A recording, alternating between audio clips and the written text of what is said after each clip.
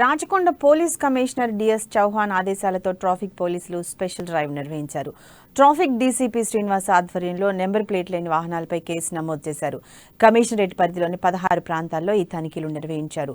815 వాహనాలకు చలానాలు విధించారు. 149 వాహనాలకు సంబంధించి క్రిమినల్ కేసులు నమోదు చేశారు.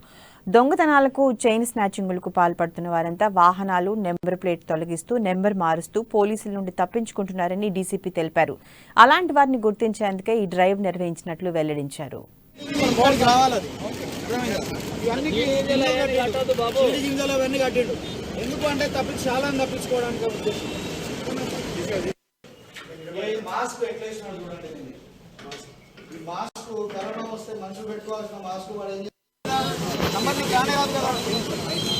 అట్లా ఉండకూడదు కదా ఈ క్యాంపర్కి